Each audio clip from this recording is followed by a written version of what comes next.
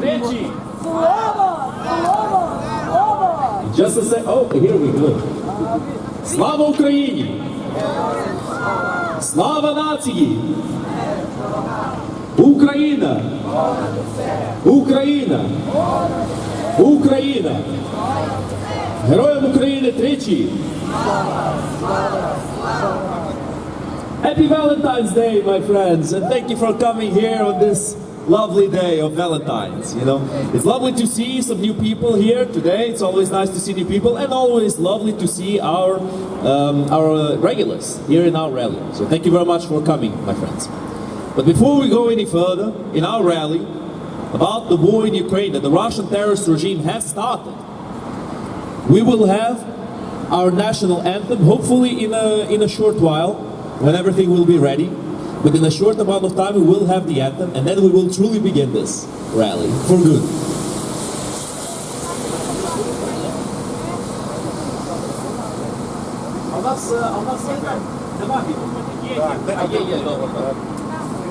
In just a short second, my friends, we will have our national anthem. But before that, I remind you all, my friends, that our rallies happen here at 10 Downing Street every single week. On Wednesdays at 6 o'clock, on Fridays at 6 o'clock, and on Sundays at 3 o'clock. So please come and show your support. It's very important that you do. I'm having the last one in here. It's very important that you do because we need to be part of this movement, to tell the world what's truly going on in Ukraine so that people know and so that people can make an informed decision from the knowledge that they will receive from us today. And now, my friends, the Ukrainian national anthem.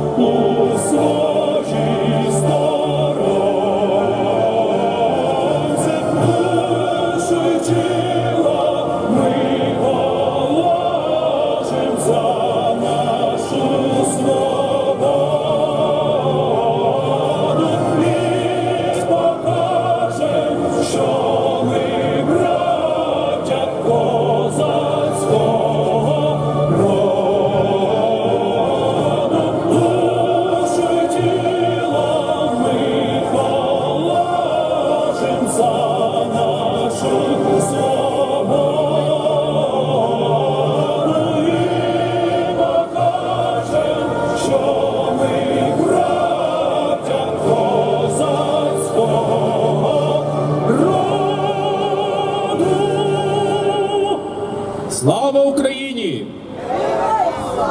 Слава нації! Смерть ворогам! Україна! Понад усе! Україна! Понад усе! Україна! Понад усе! Героям України тричі! Слава! Слава! Слава!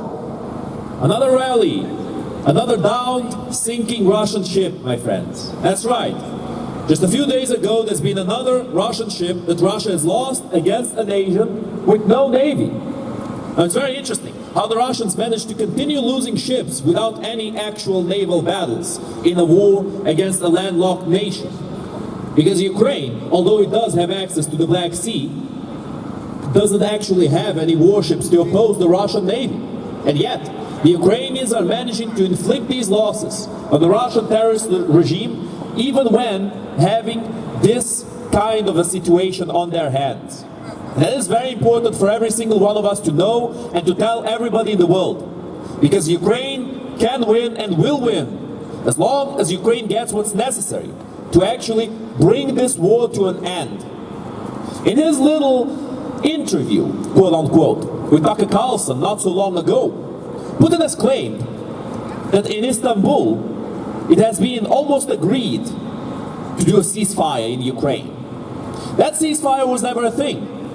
And Putin lied about the agreements. Putin lied about his claims that the Russians were doing a goodwill gesture by retreating from Kiev. The Russians did an all-out assault on Kiev. They threw everything they had at Kiev. They lost thousands of their elite VDV troops, of their paratroopers, trying to take an airport near Kiev, Hostomel Airport. And they failed. Thousands of losses, maybe tens of thousands of losses. Thousands of losses in terms of equipment, for sure. And then in the end he says it was all a ruse, it was all a goodwill gesture to simply run away from that area where they clearly got beaten. My friends, we need to finally start seeing things as they are. And this is what we need to say to the people who still continue to believe in Putin's propaganda and who claim that actually all Putin wanted to negotiate. This idea is idiotic. Nobody in their right mind believes that Putin wants to negotiate in goodwill. No, my friends, there is a difference between negotiations and extortion. There's a big difference between those two terms. And we need to understand that, so that we do not fall for the same mistakes done in the past, for the mistakes of appeasement, for the mistakes of isolationism. We cannot do that, because those actions have been proven to be wrong in the past, and they continue to be proven as such right now. Now, why would we do that again and again if it ended very poorly in the past? The answer is we should not. We should think better, we should act better, and we should move to a better future together. But the only way we can do that is by taking action, taking initiative, taking that initiative away from the Russian terrorist regime and from their friends, the Ayatollah terrorist regime and the North Korean terrorist regime, who are in close cooperation with Russia right now. And this is something we cannot ignore. Russia can produce a lot of shells. Russia can produce a lot of equipment, although low quality equipment. They can't be producing large quantities of planes and intrinsically complicated hardware. They need the West for that. That is why the Russians have a limit on how many ships they can lose, how many planes they can lose, how much of anything they can lose, before they stop being able to wage this war against the Ukrainian people. But the main thing that is necessary for all of us to know, besides the sanctions, besides the political and economic pressure on Russia, is to send Ukraine what's necessary, to finally send the Russian military in Ukraine to flight, to finally end this war, not for a week and not for a month, but forever. And for that, we need to help Ukraine win. Help Ukraine protect peace. Help Ukraine protect peace. Help Ukraine protect peace. Help Ukraine Protect peace. Help Ukraine protect peace. Help Ukraine protect peace. Fighter jets for Ukraine. Fighter jets for Ukraine. Fighter jets for Ukraine. Fighter jets for Ukraine. Fighter jets for Ukraine. Fighter jets for Ukraine. Air defense for Ukraine. air defense for Ukraine. Air defense for Ukraine. Air defense for Ukraine. Air defense for Ukraine. Air defense for Ukraine. One of our regulars here, a lovely British gentleman called Paul, has informed me about a certain thing that needs to be spoken about. In fact, it wasn't as much informing as it was reminding, because this is something that we all should know. We all should remember how the British people were opposing fascism and Nazism during World War II. how they fought against Nazi Germany and how they suffered as the Germans bombed London mercilessly, again and again. The people of this country still remember. Some of the people who went through all of that are still alive right now. And those people certainly know. And they should remind everybody else what happens when a tyrant is appeased. What happens when an authoritarian regime is allowed to grow beyond what they were. And their power is allowed to grow also. We need to remember what happened in the past so that we do not repeat it, so that we can move into a better future. A future without regimes like Nazi Germany or the Soviet Union. Despite what Putin might wish, despite what Putin claimed he wants to achieve. Because as we know, Putin said himself that the biggest catastrophe of the 20th century was the collapse of the Soviet Union. His words, not ours. Imagine that. Imagine if a German chancellor was feeling sorry for the collapse of Nazi Germany. Now that would have been interesting. He would have lost all of his power in a day. But in Russia, this is common occurrence. This is normal in Russia.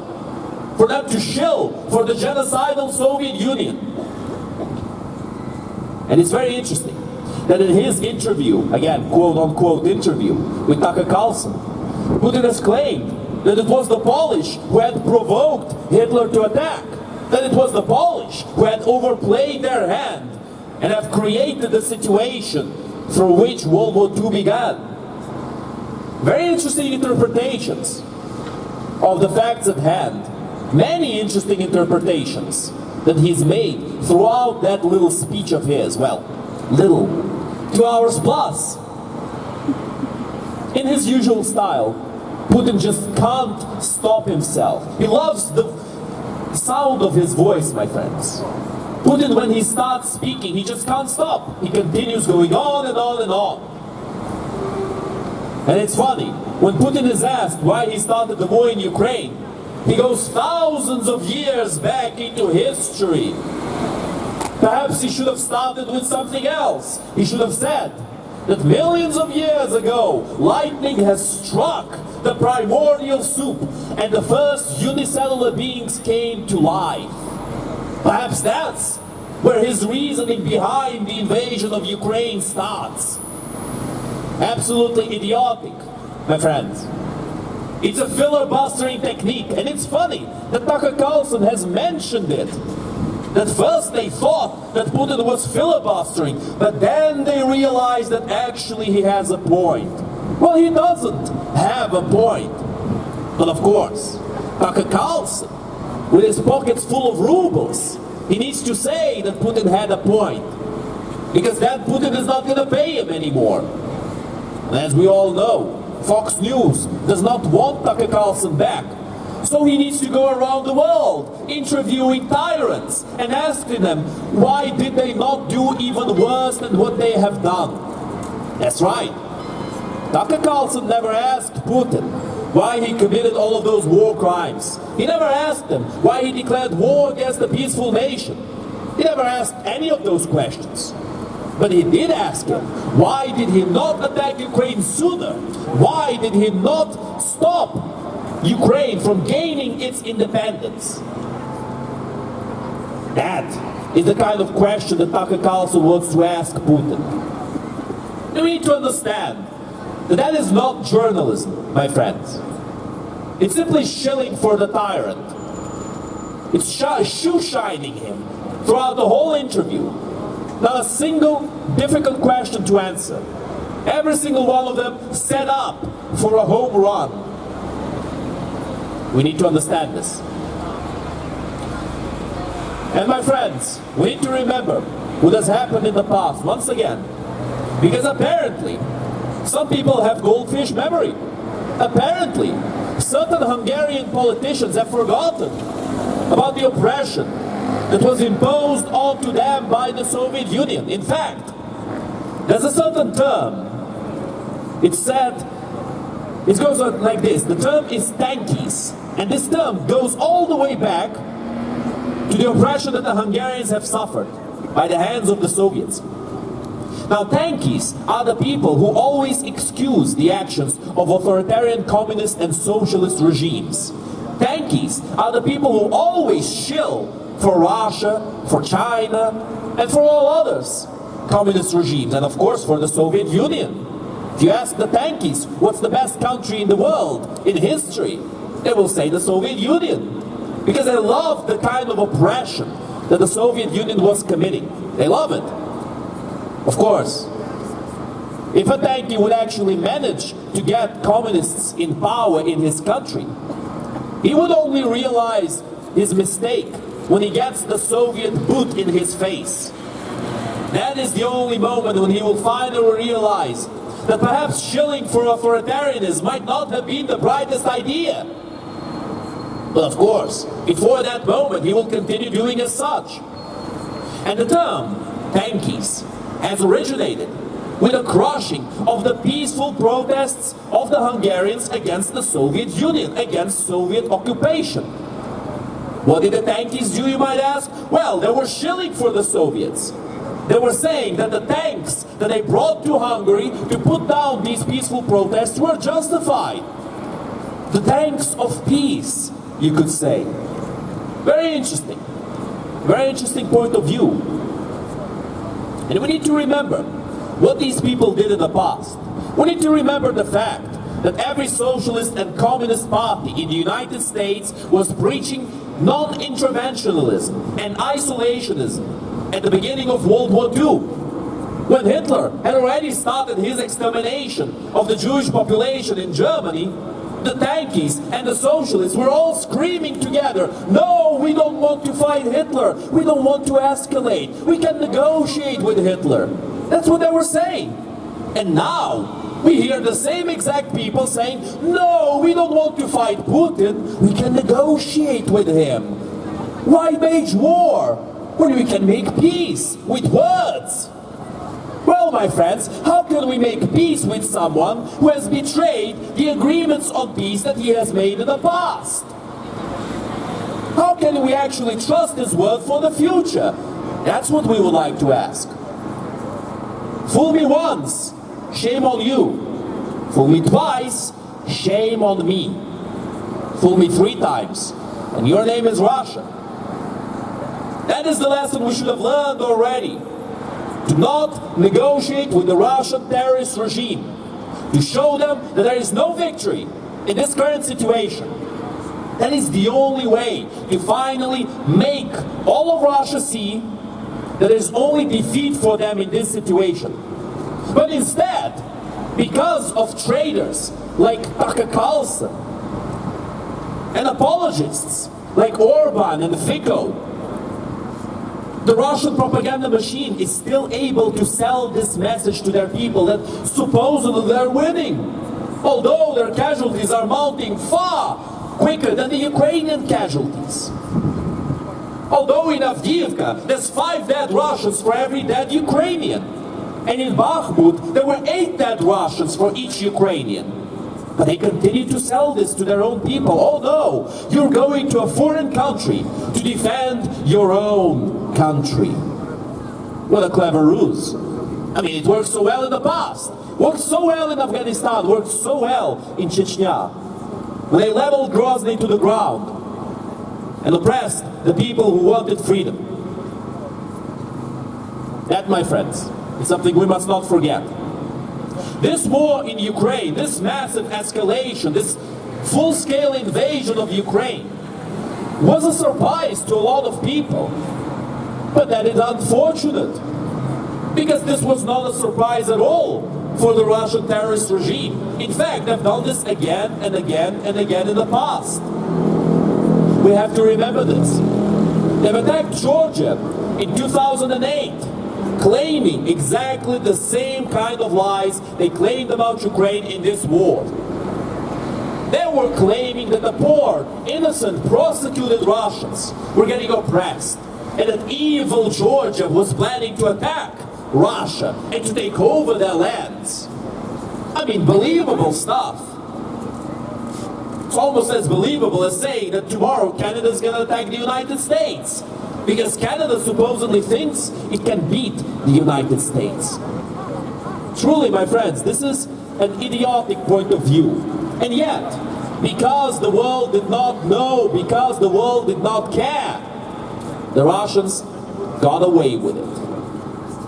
In 2014, they attacked Ukraine, annexing Crimea and destabilizing the Donbass region, starting a war that lasted many years, and it has been escalated 2 years ago by their full-scale invasion.